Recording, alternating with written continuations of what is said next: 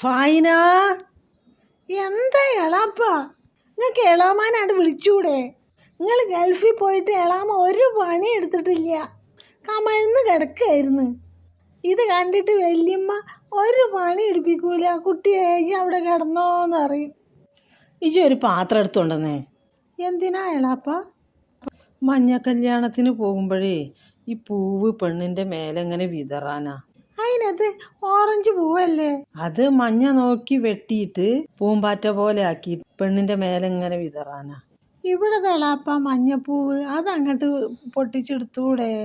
അത് മഞ്ഞ കല്യാണത്തിന് പോകുമ്പോഴേ ഇഡ്ഡലി ഉണ്ടാക്കുമ്പോൾ ആ മാവിൽ വിതറിയിട്ട് കലക്കിയിട്ട് ചുടാനാ.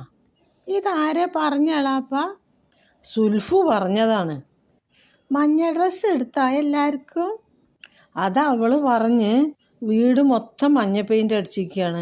അപ്പം നമ്മൾ മഞ്ഞ ഡ്രസ്സ് ഇട്ടാൽ അതൊന്നും കാണൂല, ഇതിൻ്റെ പണ്ടൊന്നും കാണൂല എന്ന് സുൽഫു പറഞ്ഞ്. നമ്മളെ കുടുംബത്തേക്ക് പറ്റിയ എളാമാനെ തന്നെ കിട്ടിയില്ലേ നമുക്ക്? നല്ല ബുദ്ധിയാണ് എളാമാക്ക്. ഞാൻ അതുകൊണ്ടല്ലേ ഇപ്പം ജീവിച്ചു പോണത്.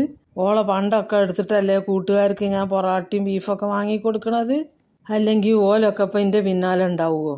എളാപ്പ നിങ്ങളെ കൂട്ടുകാരോടൊന്ന് പറയും, ഓൻ്റെ വീട്ടിലൊന്ന് പോയി പറയാൻ. ഓരോരുത്തർ പോയിട്ട് നമ്മളെ വീട്ടിലത്തെ ഗുണം പറഞ്ഞു.